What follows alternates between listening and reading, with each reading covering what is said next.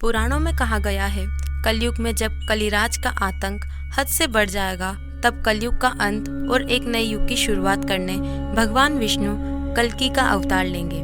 पर कहाँ होगा कल्कि का जन्म? यह आज भी बहुत बड़ा रहस्य है। कहा तो यह भी गया है कि कल्कि वहाँ आएंगे जहाँ 7 इमॉर्टल्स और 7 सप्तऋषि आज भी जीवित हो, और जहाँ ये सभी हिडन ह्यूमंस सदियों से कल्कि के इंतजार में ही रुके हुए हो, और वहीं से सभी कल्कि को सिखाएंगे ब्रह्म विद्या और उन डिवाइन अस्त्र शस्त्रों का ज्ञान जो रामायण और महाभारत काल के बाद इस धरती से गायब हो चुके हैं। इंडियन वैदिक स्क्रिप्ट की माने तो हिमालयन रेंज के एक मिस्टीरियस माउंटेन में आज भी एक ऐसी ही अनोखी दुनिया छुपी हुई है, जहाँ ये महामानव अपनी समाधि में लीन है। क्या आपको अंदाजा है कि हम हिमालयन के किस माउंटेन की बात कर रहे हैं? हम बात कर रहे हैं कैलाश पर्वत की।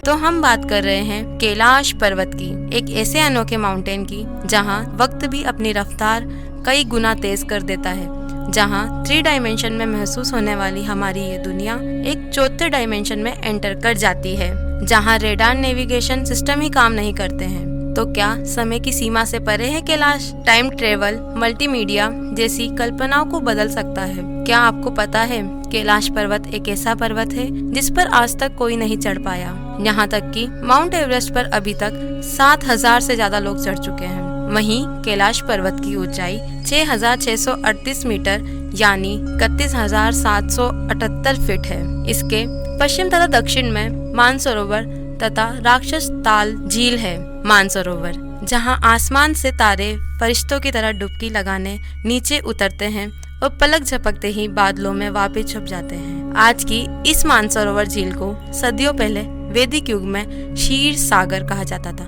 वही क्षीर सागर जहां भगवान विष्णु अपने शेषनाग पर बैठे इस संसार का पालन करते हैं। और कहा तो यह भी गया है कि शेषनाग ही इस धरती को अपने फन पर संभाले हुए हैं। तो आज जिस कैलाश को साइंटिस्ट एक्सिस मुंडी कहकर पुकारते हैं, उसके नीचे वो शेषनाग छुपा हुआ है। और दूसरी तरफ राक्षस ताल झील, जो कि अच्छाई से ज्यादा बुराई का प्रतीक साबित होता है। यहाँ तक कि उस झील में सिर्फ खारे पानी की अनुभूति होती है। पुराणों में देखा जाए तो इस झील का निर्माण रावण द्वारा करा गया था। जब रावण शिव जी की तपस्या के लिए कैलाश आया था, जब उन्होंने इस झील का निर्माण करा और वहीं पर उन्होंने अपनी तपस्या पूर्ण करी और शिव जी से वरदान पाया, तभी से इस झील का नाम राक्षस ताल झील पड़ गया। बुद्ध ग्रंथों में भी ये कहा गया है कि कैलाश के अंदर एक गुप्त शहर है, एक ऐसा शहर जिसकी ना कोई जमीन है ना ही कोई आसमान, जिसे कोई शांग्रीला के नाम से जानता है तो कोई संभाला, तो कुछ वैज्ञानिक इसे एलियंस की दुनिया मानते हैं,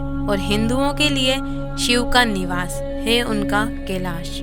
शिव कैलाशो के वासी दौड़ी धारो के राजा, शंकर संकट हरणा, शंकर संकट हरणा। कुछ लोगों के लिए ये धरती और स्वर्ग को जोड़ने का रास्ता है। यहाँ तक कि फॉरेन के वैज्ञानिकों ने उसकी जांच भी करी, साथ ही सैटेलाइट के जरिए उसकी तस्वीरें भी ली, मगर उससे देखकर सब हैरान हो गए। उन तस्वीरों में शिव की आकृति बनी हुई थी। जब तस्वीरों के जरिए कुछ पता लगाना मुश्किल हुआ तो उन्होंने वहाँ चढ़ाई करी, मगर उस समय उन्होंने कई मुसीबतों का सामना करना पड़ा। उन्हें अलग अलग ऊर्जाओं को महसूस करा, साथ ही उन्हें ओम की आवाज यानी ओम की धुन सुनाई देने लगी। पहाड़ पर कान लगाया तो डमरू की आवाज। उन्होंने देखा कि उनके बाल और नाखून तेजी से बढ़ रहे हैं। जब उन्होंने आसपास के लोगों से पूछा तो लोगों ने वहां पर अलग अलग रोशनियां भी दिखने का दावा करा, जिसे लोग शिव के साक्षात दर्शन की बात करी। वहीं वैज्ञानिकों ने उसे मैग्नेटिक लाइट्स बताया। फिर बाद में यह भी सामने आया कि जो लोग उस पर चढ़ रहे थे, उन लोगों की कुछ समय बाद ही मृत्यु हो गई। अभी भी कई सवालों के जवाब मिलने बाकी है। कैलाश में ही क्यों दिखते हैं हिम मानव? कहाँ रहते हैं महाअघोरी? क्या कैलाश के राक्षस ताल में आज भी राक्षसों और रावण जैसी महादानवों की रूह घूमती है? क्या कैलाश पर्वत पर सच में कैंपास काम नहीं करते? क्यों दिखती है कैलाश पर अलग अलग रोशनियाँ? कैलाश पर सुनाई देने वाली आवाजों का क्या रहस्य है?